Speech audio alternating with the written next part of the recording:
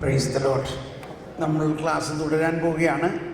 നമ്മൾ സാധാരണഗതിയിൽ ഇപ്പോൾ ഇതിൻ്റെ പ്ലാനിങ് അനുസരിച്ച് ഒരു 3 മണിക്കോ അല്ലെങ്കിൽ 3:15 ഈശോ എഴുന്നള്ളിച്ച് വെച്ച ആരാധനയിൽ പ്രാർത്ഥനകളുണ്ടാവും.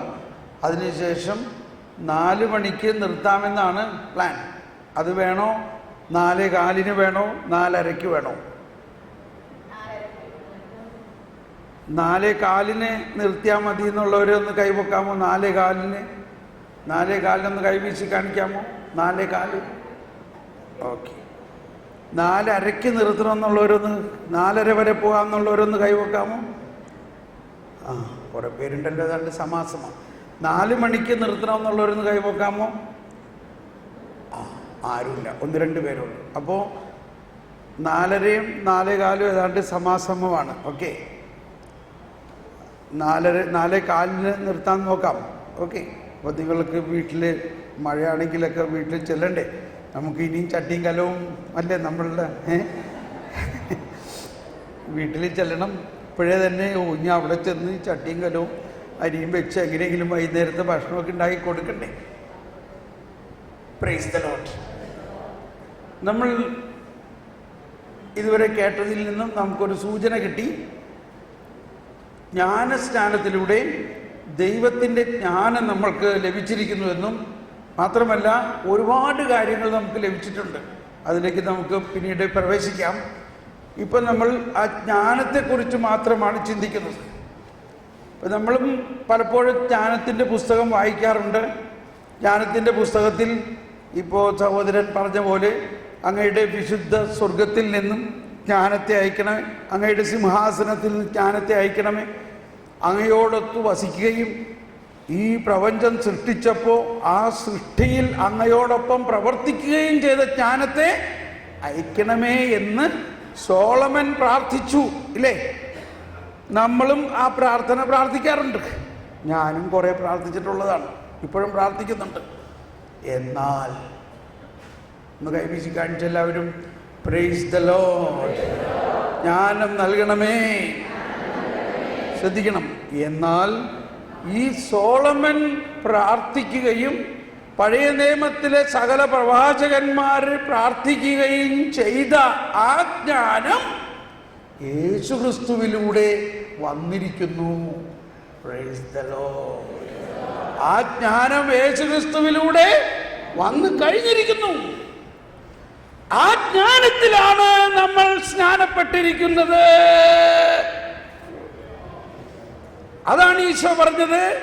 പ്രാർത്ഥനയെക്കുറിച്ച് പഠിപ്പിക്കാൻ തുടങ്ങിയപ്പോൾ ആ പ്രാർത്ഥനയെക്കുറിച്ച് പഠിപ്പിക്കണേ എന്ന് ലൂക്കായുടെ സുവിശേഷത്തിൽ അപ്പോസ്തലന്മാർ ചോദിച്ചപ്പോൾ ഈശോ പ്രാർത്ഥിക്കാൻ പഠിപ്പിക്കുന്നതിൻ്റെ ഭാഗമായിട്ട് ലൂക്കാ സുവിശേഷത്തിൽ 11-ാം അധ്യായത്തിൽ 30-31 വചനങ്ങളിൽ ഈശോ പറയുന്നുണ്ട്, സോളമൻ്റെ ജ്ഞാനം കാണാൻ അങ്ങ് ദൂരദേശത്ത് നിന്ന് ഒരു രാജ്ഞി, മറ്റൊരു രാജ്യത്തിലെ രാജകുമാരി രാജ്ഞി സോളമൻ്റെ ജ്ഞാനം കേട്ടിട്ട് അതൊന്ന് നേരിട്ട് കണ്ടനുഭവിക്കാൻ വന്നു. ഈശോ പറയാണ്, ആ രാജ്ഞി വിധി ദിവസത്തിൽ ഉയർത്തെഴുന്നേറ്റ് ഈ തലമുറയെ, നമ്മുടെ തലമുറയല്ല അവിടെ പറയണത്, യേശുവിൻ്റെ ആ കാലഘട്ടത്തെ ഫരിസേയരും നിയമജ്ഞരും സദ്ദുക്കായരും ആയ തലമുറയെ വിധിക്കും. എന്താ വിധിക്കാൻ കാരണം? ഇതാ ഇവിടെ സോളമനേക്കാൾ വലിയവൻ. ആരാണതാ സോളമനേക്കാൾ വലിയവൻ? ഈശോ തന്നെയാണ്. അപ്പോൾ ആ കാലഘട്ടത്തിൽ സോളമനേക്കാൾ വലിയവനായ യേശു കർത്താവ് തന്നെ വന്ന് കൺമുപ്പിൽ നിന്നിട്ടും അവർക്കത് മനസ്സിലായില്ല. എന്നാൽ നമ്മളെ സംബന്ധിച്ച് ആ യേശു കർത്താവ്, ജ്ഞാനം തന്നെയായ യേശു തമ്പുരാൻ, സോളമനും കൊടുത്ത ജ്ഞാനത്തിൻ്റെ ഉറവിടമായ ജ്ഞാനമായ യേശു തമ്പുരാൻ നമ്മൾ ഓരോരുത്തരിലും വന്ന് വസിച്ചിട്ടും നമ്മൾ ഇത് മനസ്സിലാക്കുന്നുണ്ടോ? അപ്പോൾ അതായത് നമ്മൾ ഇനി ജ്ഞാനത്തിൻ്റെ പുസ്തകം വായിക്കണം. വായിക്കുമ്പോൾ നമ്മൾ എന്ത് അർത്ഥത്തിലാണ് വായിക്കേണ്ടത്? അന്ന് സോളമൻ പ്രാർത്ഥിച്ചപ്പോൾ പ്രാർത്ഥിച്ച ആ പ്രാർത്ഥന, ആ ജ്ഞാനമായ വിശുദ്ധ സ്വർഗത്തിൽ നിന്നും പിതാവിൽ നിന്ന് ഇറങ്ങി വന്ന ആ ജ്ഞാനം ഇപ്പോൾ യേശുക്രിസ്തുവിലൂടെ നമ്മളിൽ ലഭിച്ചു കഴിഞ്ഞിരിക്കുന്നു എന്നും ആ ലഭിച്ചു കഴിഞ്ഞിരിക്കുന്ന ജ്ഞാനം നമ്മളിൽ അഭിഷേകമാകണം. അഭിഷേകം എന്നതിന് ഞാൻ ചിന്തിക്കുന്നത് നമ്മുടെ ഉള്ളിൽ പരിശുദ്ധാത്മാവ് വസിച്ചുകൊണ്ട് ആ പരിശുദ്ധാത്മാവ് ഇങ്ങനെ ഒരു ഉറവ പോലെ, ഉറവ എന്ന് പറഞ്ഞാൽ നമ്മളിപ്പോൾ വെള്ളം കിണർ കുഴിച്ചു കുറേ ചെന്ന് കഴിയുമ്പോൾ ഉറവ ഇല്ലേ? എന്താണ് ആ ഉറവ? വറ്റാത്ത വെള്ളത്തിൻ്റെ ഉറവ. അതിനെയാണ് യോഹന്നാന്റെ സുവിശേഷം 37-ാമത്തെ വചനത്തിൽ പറയുന്നത്, എന്നിൽ വിശ്വസിക്കുന്നവൻ്റെ അവൻ്റെ ഹൃദയത്തിൻ്റെ ഉള്ളിൽ നിന്നും വിശുദ്ധ ഗ്രന്ഥം പ്രസ്താവിക്കുന്നത് പോലെ ജീവജലത്തിൽ. അപ്പൊ ഇവിടെ മലയാളത്തിൽ പറഞ്ഞിരിക്കുന്ന അരുവിന്നാണ്. അതാണ് അരുവി. ഇതാണ് ഈ ട്രാൻസ്ലേഷനിലുള്ള ചില ബുദ്ധിമുട്ടുകളാണ്. ഭാഷകളിലുള്ള വാക്കുകളില്ലാത്തത് കൊണ്ടോ ട്രാൻസ്ലേറ്റ് ചെയ്ത ആൾ വേണ്ട മാതിരി മനസ്സിലാക്കാത്തത് കൊണ്ടോ ആണ്. അരുവി എന്ന് അല്ലെങ്കിൽ നമ്മുടെ നാട്ടുഭാഷയിൽ അരുവി എന്ന് പറഞ്ഞാൽ നമ്മുടെ കൂട്ടുകാട് പോണ വഴിക്കുള്ള ആ തോട് ഇല്ലേ? നമ്മുടെ വീടിൻ്റെയൊക്കെ ഇപ്പം ഇവിടേക്കില്ലേ? നമ്മൾ പോകുമ്പോൾ ഒരു തോടിലൂടെ വെള്ളം ഒഴുകണം. അതല്ലേ നമ്മളിവിടെ അരുവി എന്ന് പറയണേ? ആണോ അല്ലയോ? പക്ഷേ അതല്ല ഇവിടെ പറഞ്ഞേക്കണതിൻ്റെ അർത്ഥം. ഇവിടെ പറഞ്ഞേക്കണതിൻ്റെ അർത്ഥം, കിണർ കുത്തിയാൽ ആ കിണറിൻ്റെ ഉള്ളിൽ അവസാനം ചെന്നുമ്പോൾ അവിടെ നിന്ന് വെള്ളം വരുന്നു. വെള്ളം ഇങ്ങനെ താഴേന്ന് മുകളിലേക്ക് ഇങ്ങനെ ഉറവ പൊട്ടിയിരിക്കണം. വെള്ളം കണ്ടു, ഇനി എന്നും നമുക്ക് വെള്ളം കിട്ടും ഇല്ലേ? ഒരിക്കലും വറ്റാത്ത ഒരു ഉറവയാണത്.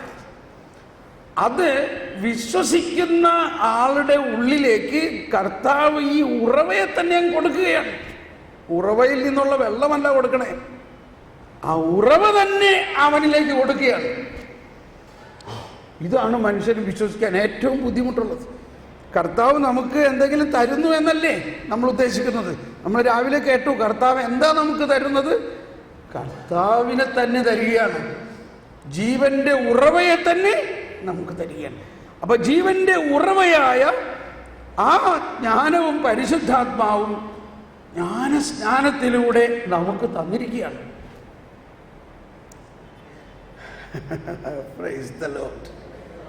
മനസ്സിലായോ? അത് പഴയ നിയമത്തിൽ അവരെല്ലാം പ്രാർത്ഥിച്ചതിൽ നിന്നും വ്യത്യസ്തമാണ്. ഇപ്പം നമ്മൾ ചില പാട്ടുകളാണല്ലോ, ചില പാട്ടുകളിൽ പാടുന്നുണ്ട്, ഏലിയായിൽ നിറഞ്ഞ പോലെ പരിശുദ്ധാത്മാവിന് നൽകണേ, മോശയിൽ നിറഞ്ഞ പോലെ നൽകണേ, ഡാനിയേലിൽ നിറഞ്ഞ പോലെ നൽകണേ എന്നൊക്കെ നമ്മൾ പാടാറുണ്ട് ഇല്ലേ? അങ്ങനെ പാടിയാൽ പോരാ. അത് മതിയോ?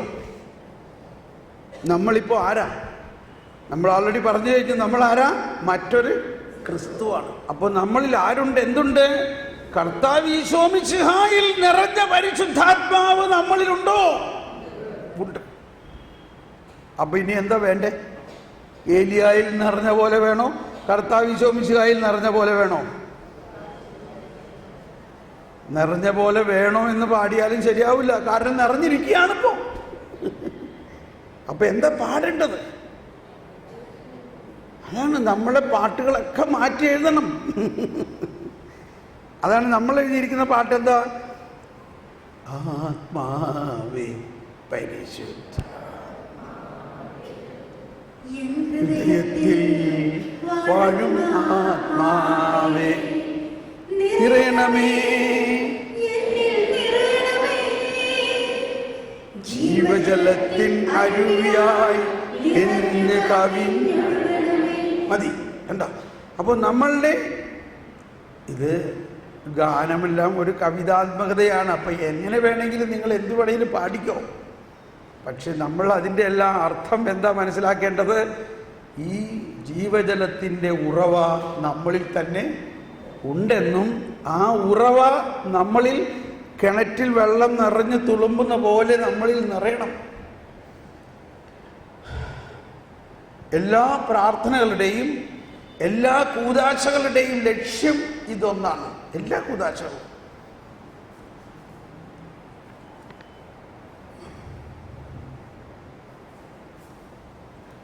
ഓക്കെ.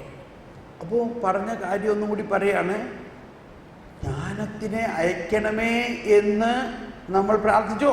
കുഴപ്പമില്ല. പക്ഷെ നമ്മൾ അതിനെ ഉള്ളിൽ കാണേണ്ടത് എന്താ? ആ ജ്ഞാനം ഇന്ന് യേശുക്രിസ്തുവിലൂടെ നമ്മളിൽ വന്ന് കഴിഞ്ഞിരിക്കുന്നു. അപ്പോൾ അതാണ് ഈ അപ്പസ്തോല പ്രവർത്തനങ്ങളിലും പൗലോസ്ലീഹയുടെ ലേഖനങ്ങളിലും എല്ലാം പ്രതിപാദിക്കുന്ന വിഷയങ്ങൾ. പൗലോസ്ലീഹയുടെ ലേഖനത്തിൽ 1 കൊരിന്ത്യോസ് 1-ാം അധ്യായത്തിൽ 30-ാമത്തെ വചനം ഒന്ന് വായിക്കാം. എല്ലാവരും ഒന്ന് കരമുയർത്തി യേശുവേ സ്തോത്രം, ഹല്ലേലൂയ, ഹല്ലേലൂയ വായിക്കാം. യേശുക്രിസ്തുവിലുള്ള നിങ്ങളുടെ ജീവിതത്തിന്റെ ഉറവിടം. വെയിറ്റ് എല്ലാവരും കരമുയർത്തി ഉച്ചത്തിൽ ഒന്ന് ഏറ്റു പറഞ്ഞ് വായിച്ചേ. യേശുക്രിസ്തുവിലുള്ള നിങ്ങളുടെ ജീവിതത്തിന്റെ ഉറവിടം അവിടുന്നാണ്. ദൈവം അവനെ നമുക്ക് ജ്ഞാനവും നീതിയും വിശുദ്ധീകരണവും പരിത്രാണവും ആക്കിയിരിക്കുന്നു. ഒന്നുകൂടി എല്ലാവരും ശബ്ദമുയർത്തി. യേശുക്രിസ്തുവിലുള്ള നിങ്ങളുടെ ജീവിതത്തിന്റെ ഉറവിടം അവിടുന്നാണ്. ദൈവം അവനെ നമുക്ക് ജ്ഞാനവും നീതിയും വിശുദ്ധീകരണവും പരിത്രാണവും ആക്കിയിരിക്കുന്നു. എല്ലാം സംഭവിച്ചു കഴിഞ്ഞിരിക്കുന്നു.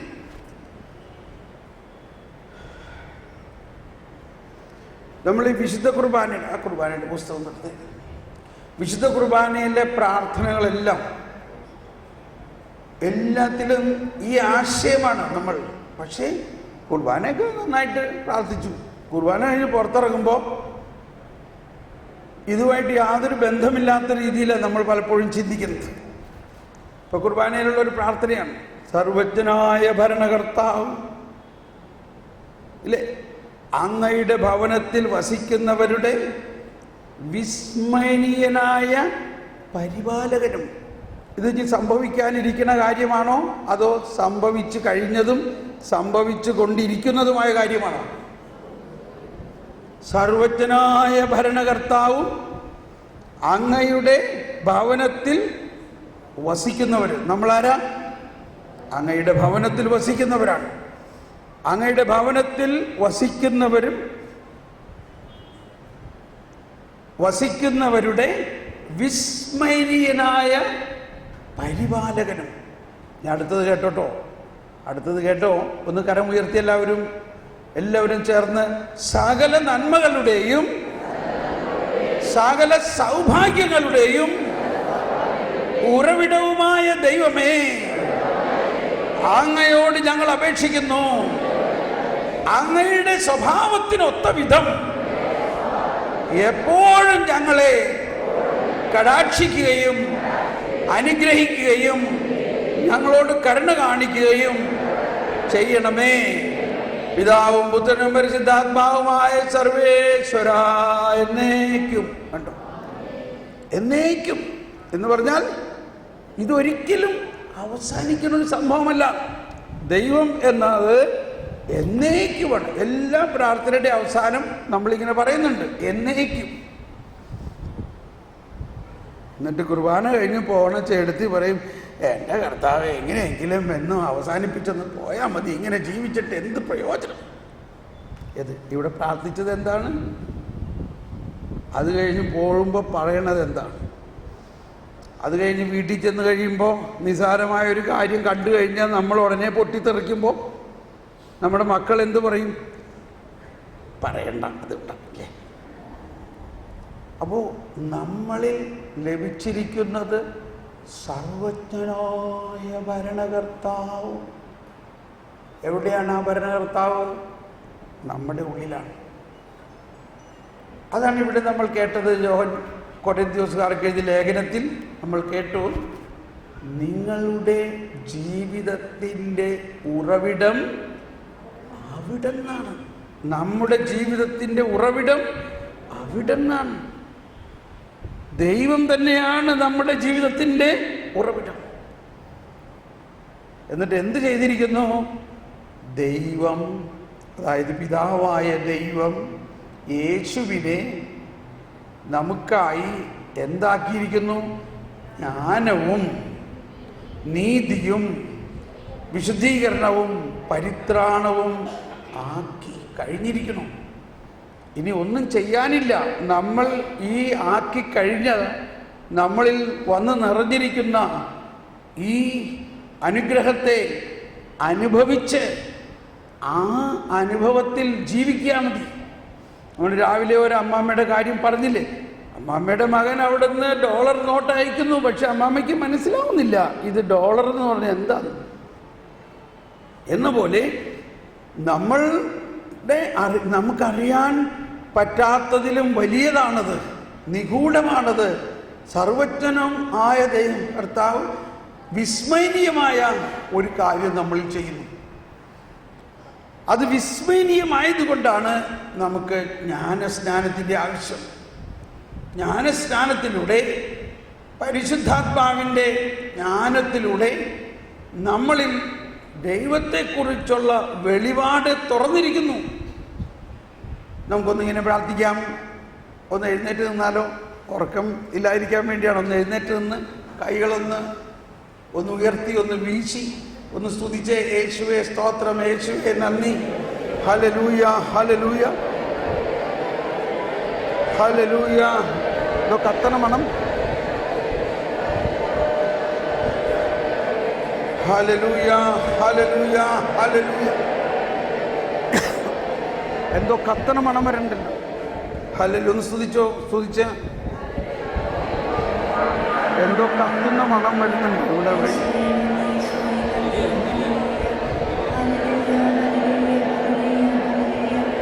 കർത്താവേ, ജ്ഞാനം നൽകണമേ, ജ്ഞാനം നൽകണമേ, ജ്ഞാനം എന്നിൽ തുറക്കണമേ. ജ്ഞാനസ്നാനത്തിലൂടെ എന്നിൽ നൽകിയിരിക്കുന്ന ജ്ഞാനം എന്നിൽ തുറക്കണമേ.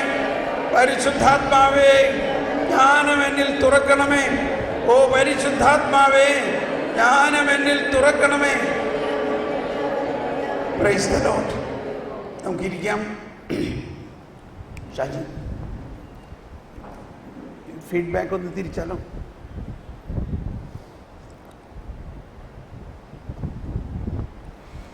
Praise the Lord.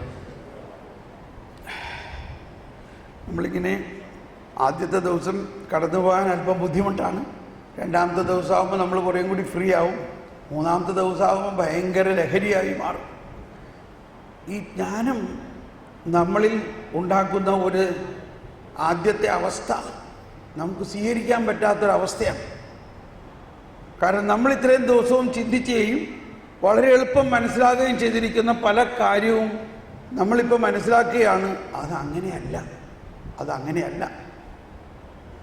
അതങ്ങനെയല്ല വാസ്തവത്തിൽ. അതാണ് പ്രധാനമായിട്ട് ബൈബിളിൽ മുഴുവനും പറയുന്ന ഒരു ആശയം. എന്തായിരുന്നു ആദ്യ പാപം? ആദ്യ പാപം എന്തായിരുന്നു? ആദ്യ പാപം എന്താണ് ഉത്ഭവ പാപം? ഒന്ന് പെട്ടെന്ന് ആരെങ്കിലും ഒന്ന് പറഞ്ഞ്.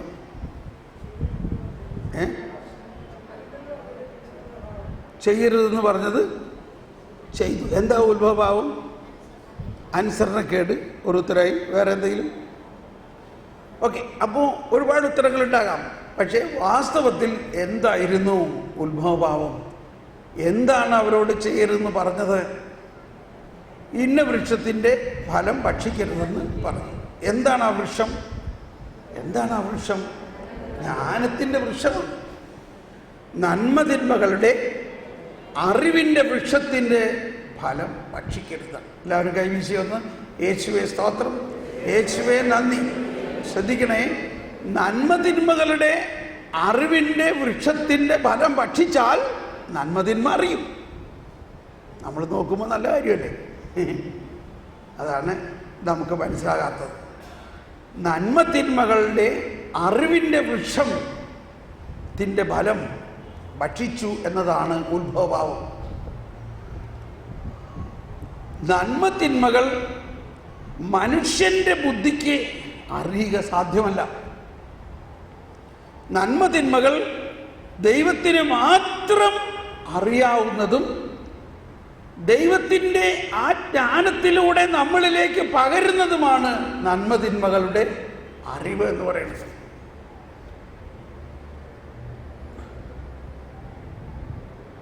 ഉദാഹരണത്തിന്, നന്മതിന്മകൾ അവരറിഞ്ഞല്ലോ. അറിഞ്ഞതിന് ശേഷം അവരുടെ അടുത്ത തലമുറയിൽ കായൻ ആബേലിനെ കൊന്നു.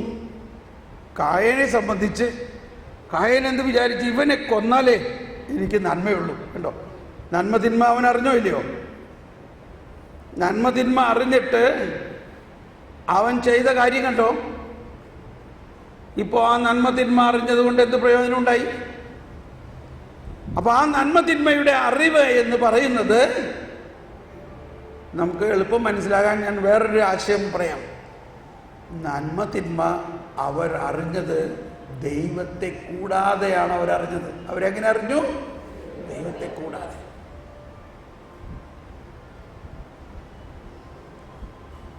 ആറ്റം ബോംബുണ്ടാക്കി, അല്ലെങ്കിൽ ആറ്റമിക് പവർ ഉണ്ടായി. ആറ്റമിക് പവർ വളരെ നന്മയുള്ളതാണോ? പക്ഷെ അതിനെ ദൈവത്തെ കൂടാതെ ഉപയോഗിക്കുമ്പോൾ എന്തായി മാറും? അത് തിന്മയായി മാറും. അപ്പോൾ എന്ന പോലെ ഇന്നും നമുക്ക് ആവശ്യമായിട്ടുള്ള ഒരു ജ്ഞാനം, നന്മതിന്മയുടെ അറിവ് ദൈവത്തിലൂടെ നമുക്ക് നൽകുന്ന അറിവാണ് വേണ്ടത്. അതുകൊണ്ടാണ് യേശുവിന് നമുക്ക് വേണ്ടി നൽകിക്കൊണ്ട് യേശു തൻ്റെ പരിശുദ്ധാത്മാവിന് നൽകിയിരിക്കുന്നു. ആ പരിശുദ്ധാത്മാവിൻ്റെ ജ്ഞാനത്തിലൂടെ നമ്മുടെ ജീവിതത്തെ ആര് നയിക്കും?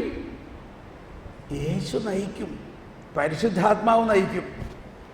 നന്മതിന്മ അറിയുന്ന പരിശുദ്ധാത്മാവ്, നന്മതിന്മ ദൈവത്തിൻ്റെ വിവേചനത്തിലൂടെ. ആ വാക്കാണ് ശരി, വിവേചനം. നമ്മളും നല്ലതാണെന്ന് ഉദ്ദേശിച്ച് ചെയ്യുന്ന പല കാര്യങ്ങളും വിവേചനമില്ലാതെ ദൈവത്തിൻ്റെ കാഴ്ചപ്പാടിൽ അത് നല്ലതല്ല. അതാണ് ദൈവിക ജ്ഞാനത്തിൻ്റെ പ്രത്യേകത.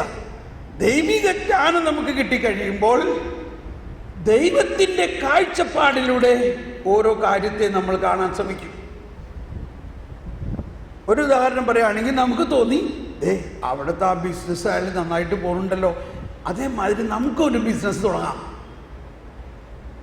അപ്പോൾ വേറെ ഒന്ന് രണ്ട് പേരോട് ചോദിച്ചപ്പോൾ പറഞ്ഞു, നല്ല ഐഡിയ, നല്ല മാർക്കറ്റാണ് അതിനിപ്പോൾ, കണ്ടോ അവൻ എന്തോരം കാശ ഉണ്ടാക്കണേ, അപ്പോൾ അതുപോലെ നീയും തുടങ്ങ്, ഒരു 10 ലക്ഷം രൂപ നീ അങ്ങ് ഇറക്ക്. അയ്യോ എൻ്റെ അടുത്തത് കാശില്ലെങ്കിൽ കടം മേടിക്ക്, എന്നാലും ഇത് നല്ലൊരു ചാൻസാണ്. നല്ല ചാൻസാണ്, ഇത് വിട്ട് കളയണ്ട. 10 ലക്ഷം രൂപ പല സ്ഥലത്തു നിന്നായിട്ട് കടം മേടിച്ച്, കുറേ ബ്ലേഡ് കമ്പനിയിൽ നിന്ന് കൊടുത്ത്, കുറേ അവിടെ നിന്ന് കൊടുത്ത്, കുറേ ബാങ്കിൽ നിന്ന് കൊടുത്ത് ഇൻവെസ്റ്റ് ചെയ്ത് 6 മാസം കഴിഞ്ഞോടെ ബിസിനസ് പൊളിഞ്ഞു. കാരണം നമ്മളുടെ മനസ്സിൽ നന്മ എന്ന് തോന്നിയത് വാസ്തവത്തിൽ അങ്ങനെ അല്ലായിരുന്നു.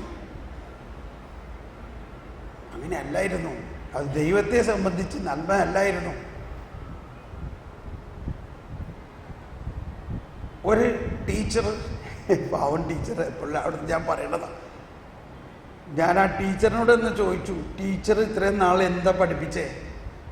റിട്ടയർ ആയിക്കഴിഞ്ഞതിന് ശേഷം തനിക്ക് കിട്ടിയ എല്ലാ സമ്പാദ്യവും, അതായത് ജീവിതകാലം മുഴുവനും അധ്വാനിച്ചിട്ട് കിട്ടിയ റിട്ടയർമെൻറ്റ് ബെനിഫിറ്റുകളെല്ലാം ഒരുമിച്ച് കൂട്ടി, കൂടെ ഉണ്ടായിരുന്ന വേറെ കുറേ കാശും എല്ലാം കൂടി 40 ലക്ഷം രൂപ ഒരു ബ്ലേഡ് കമ്പനിയിൽ ഇൻവെസ്റ്റ് ചെയ്തു. ബ്ലേഡ് കമ്പനിക്കാരൻ വന്ന് പറഞ്ഞു, ഇത്ര മാസം കൊണ്ട് ഇത് ഡബിളാക്കി തരും. ഡബിളായെന്ന് പറഞ്ഞാൽ 40 ലക്ഷം 80 ലക്ഷം ആവും.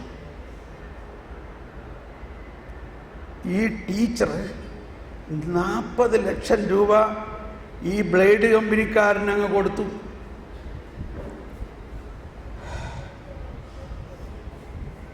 കണ്ടോ? ഇത് ഞാനിപ്പോൾ ഒരു ഭൗതികമായ ഒരു ഉദാഹരണങ്ങൾ പറയാണ്. ജ്ഞാനത്തിൻ്റെ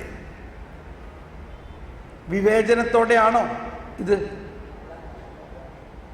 ഇരട്ടിയോ അതിൻ്റെ ഇരട്ടിയോ കാശ് കിട്ടും എന്ന് ഉദ്ദേശിച്ച് ഒന്ന് മനസ്സിലാക്കണം, മാമോനും ദൈവവും ഓപ്പോസിറ്റാണ്.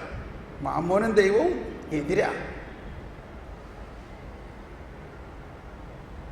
5-6 മാസം കഴിഞ്ഞപ്പോൾ കേൾക്കുകയാണ് ആ ബ്ലേഡ് കമ്പനി പൊട്ടിയെന്ന്. ബ്ലേഡ് കമ്പനി പൊട്ടി.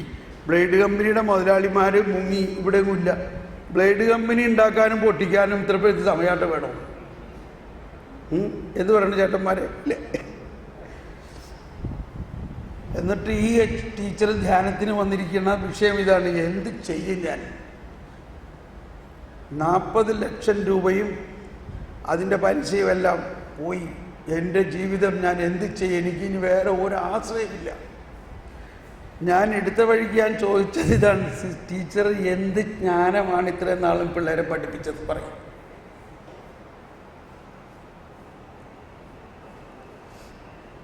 ഒരു ടീച്ചറാണ്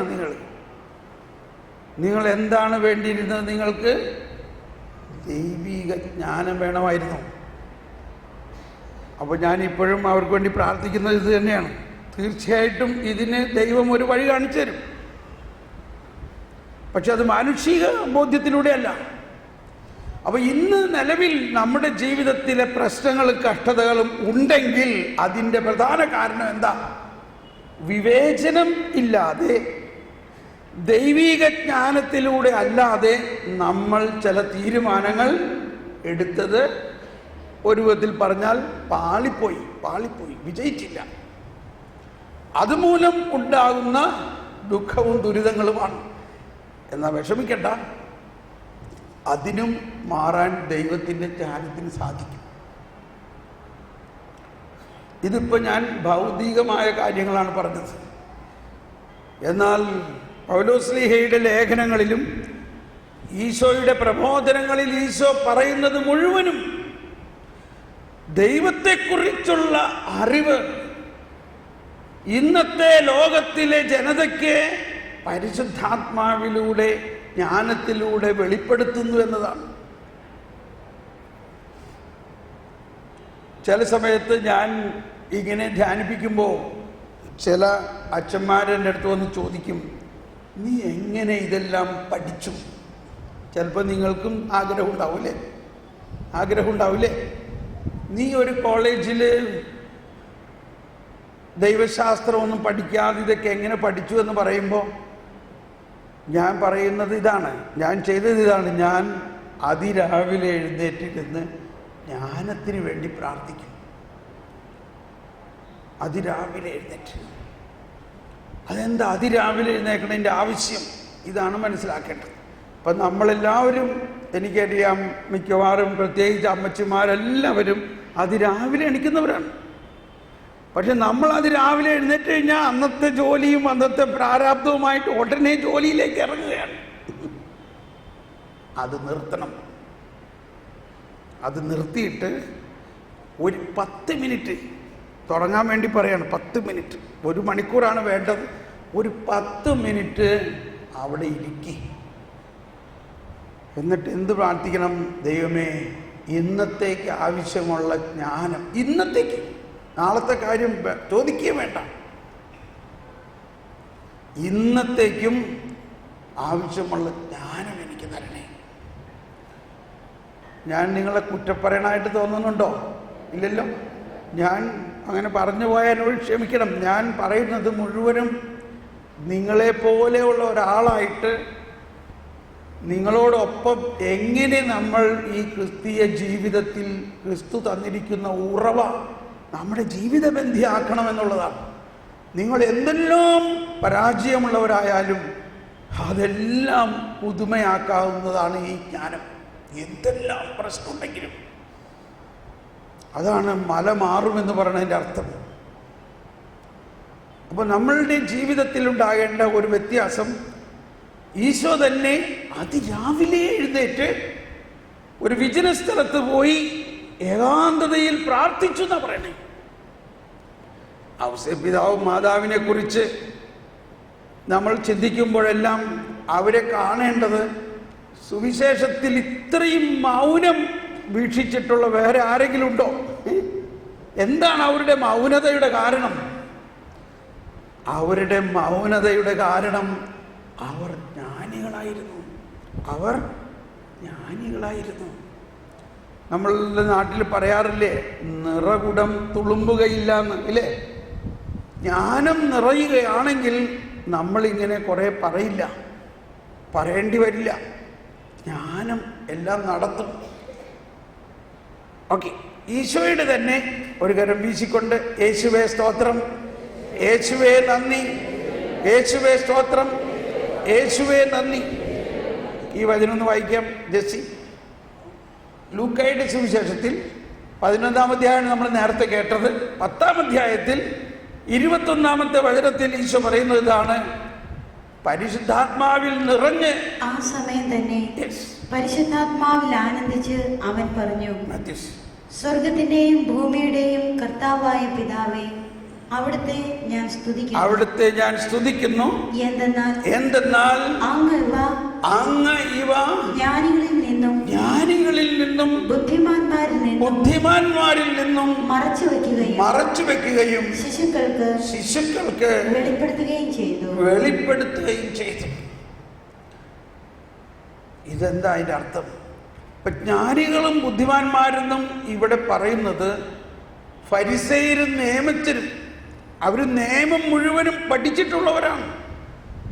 നിയമം കാണാതെ പഠിച്ചിട്ടുള്ളവരാണെങ്കിലും ആ നിയമത്തിൻ്റെ ഉള്ളിൽ ഒളിഞ്ഞിരിക്കുന്ന ജ്ഞാനം അവർക്ക് മനസ്സിലായിട്ടില്ല. അതൊളിച്ചു വെച്ച് ശിശുക്കൾക്ക് വെളിപ്പെടുത്തുന്നു എന്ന് പറഞ്ഞതിൻ്റെ അർത്ഥം, ഒന്ന് ഈ ക്യാമറ ഒന്ന് അഡ്ജസ്റ്റ്, ശിശുക്കൾക്ക് വെളിപ്പെടുത്തുന്നു. ഈ ശിശുക്കൾ എന്ന് പറയുന്നത് ദൈവമക്കളാണ്, യേശുവിൽ വിശ്വസിക്കുന്നവരാണ്. ആരാണ് ശിശുക്കൾ എന്ന് പറയുന്നത്? ദൈവമക്കൾ. ദൈവമക്കൾ എന്ന് പറയുന്നത് ദൈവരാജ്യത്തിൽ വിശ്വസിക്കുന്നവർ, യേശുവിൽ വിശ്വസിക്കുന്നവർ. ഇന്നത്തെ അവസ്ഥയിൽ യേശുവിൽ ജ്ഞാനസ്നാനം സ്വീകരിച്ചിരിക്കുന്നവരാണ്. അവരാരാണ്? ദൈവമക്കളാണ്. ആ ദൈവമക്കളും പഴയ നിയമത്തിലെ പ്രവാചകന്മാരും തമ്മിൽ വ്യത്യാസമുണ്ട്. ആ ദൈവമക്കളും ഫരിസേയരും നിയമജ്ഞരും തമ്മിൽ വ്യത്യാസമുണ്ട്. ഇത് പറയുമ്പോൾ വിമർശിക്കുകയാണെന്ന് വിചാരിക്കേണ്ട. നമ്മൾ അവരെ വിമർശിക്കുകയല്ല, അവരുടെ ആ അവസ്ഥയെക്കുറിച്ച് പഠിക്കുകയാണ്. മത്തായിയുടെ സുവിശേഷത്തിൽ 23-ാം അധ്യായം മുഴുവനും ഈ ഫരിസേയരും നിയമജ്ഞരെയും കുറിച്ച് യേശു തന്നെ വിമർശന രൂപത്തിൽ പറയുന്ന കാര്യങ്ങളാണ്. എന്താണ് അവരെ ഈശോ എപ്പോഴും പറയണത്? കപടത നിറഞ്ഞവരെ എന്നാണ്. കപടനാട്യക്കാരെ.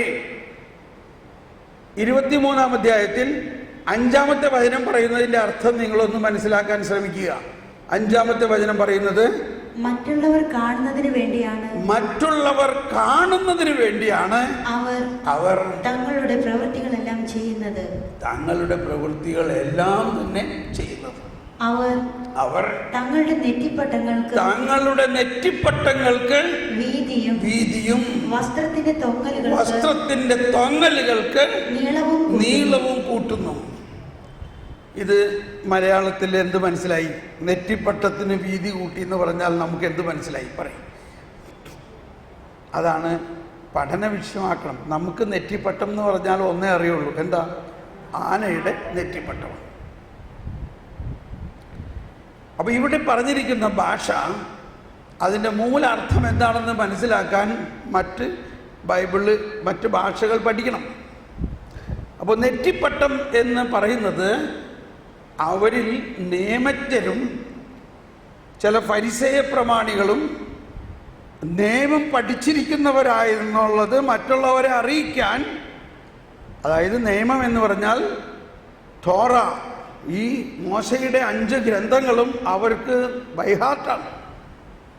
അതിലവർ അതോറിറ്റിയാണ്, അവരൊരു ലോയറുമാണ്, വക്കീലുമാരെ പോലെയാണ്.